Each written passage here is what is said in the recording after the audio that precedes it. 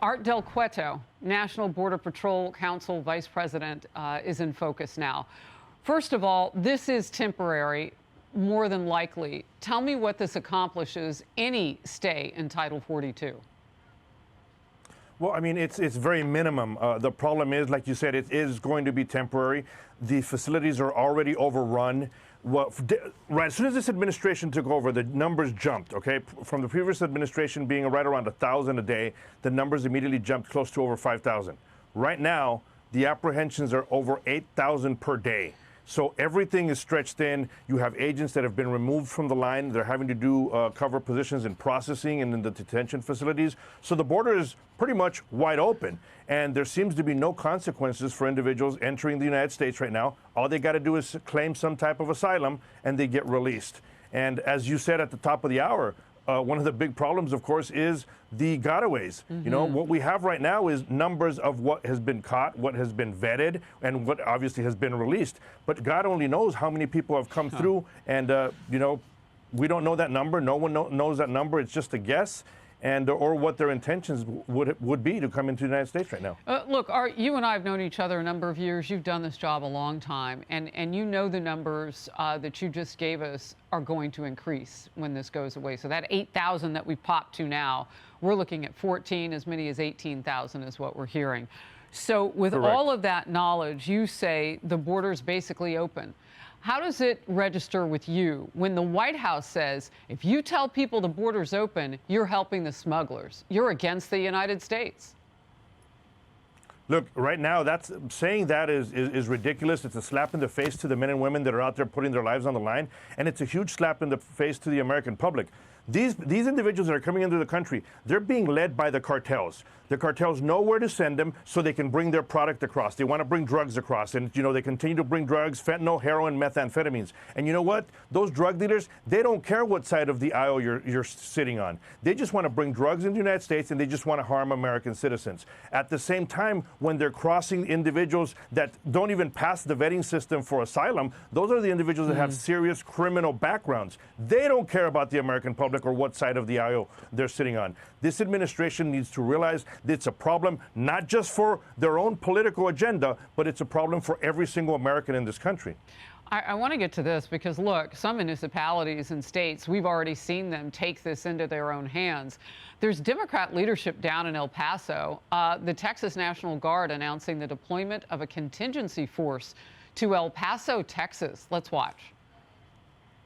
We've been asked to expand our coverage to include El Paso. We've deployed more than 400 soldiers from other locations around Texas to augment that force. We will be out in force with a force size that is intended to tell them you cannot cross unlawfully.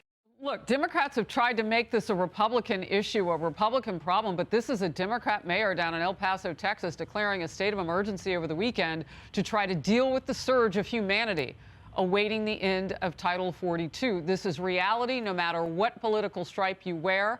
I go back to Art Del Cueto now to talk to me about what it really takes. 400 soldiers they're deploying to El Paso. You know, and that's going to help as far as deterring some of the traffic. But unfortunately, you know, the laws are very specific and the policies under this administration are what they are. Those individuals will just find other gaps where they can come into the United States and, you know, get processed and end up getting released. And that's the problem. It's going to take this government, the administration, to actually start taking care of the people, actually put aside their hatred for the last administration and realize that they're doing more harm to Americans right now. That is a lot in one sentence. Put aside their hate for the last administration and do the right thing. Art, let's get to this. CNN's Don Lemon getting into a very testy exchange with former Republican Congressman Will Hurd, who represented Texas' border district over the current state of the crisis. Let's watch. I could make an argument that President Biden's policies are more inhumane than Donald Trump's, and Donald Trump's was terrible. You're going to be having thousands of people sleeping on the streets of El Paso, and starting this week is probably going to be below 20 degrees. That's an inhumane policy, and they need to do more. Congressman, give us a little time here. I understand you have a lot to say, and you've said a lot of things here, so we want to respond to some of it. Yeah, how do you respond with letting people suffer so you can keep your politics in place? Former Congressman Hurd went on to mention an alternative way to expel illegal immigrants by using something called Title VIII to deport them. Some restrictions, we've put them up on the screen for you just so we'll tick through it, include health-related grounds, so similar to Title 42, but this predated it, and they could do this right now. You could look at the criminal record or criminal activity, terrorist activities, failure to attend removal proceedings, misrepresentation of documentation, likelihood of becoming a public charge. Let's go back to Art. Art, those are all the things that you're talking about. And when I was at the border just a few weeks ago, back at the end of September, I mean, the fake IDs and things that were left in the brush along the river that got them from wherever they were coming from, it wasn't going to work in America, so let's ditch them. We don't know who some of these people are.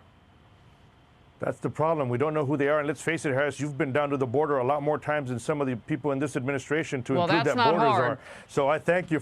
I thank you for that one. But you're right. Look, right now, people don't know who these individuals are that are crossing. And it's even a simpler form. Bring immigration judges and asylum officers down to the border and detain these people. Put the right facilities to detain them. Don't release them. There's no consequences right now for committing the crime. And that's why people continue to come into the United States illegally.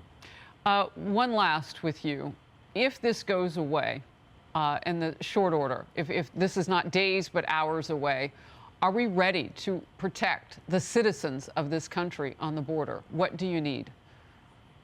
You know, definitely not. Right now, it's always knee-jerk reactions. You remember many times the caravans that continued to come across, and even still the agency was caught not knowing what to do at those times. Right now, under these individuals that are coming across, unprecedented times, the agency is not prepared. And we have not heard of any plan that they're prepared. And, you know, obviously, when you have people in the White House that are denying that there's a problem, how prepared are you going to be to take care of the problem when it does happen? Thank you for doing all that you can and leading those who you lead. Art Del Cueto, down on the border, thank you very much. Appreciate your time. Thank you. Hey, it's Will Kane. Click here to subscribe to the Fox News channel on YouTube. It's the best way to get our latest interviews and highlights. And click to subscribe to the Will Kane podcast for full episodes right now.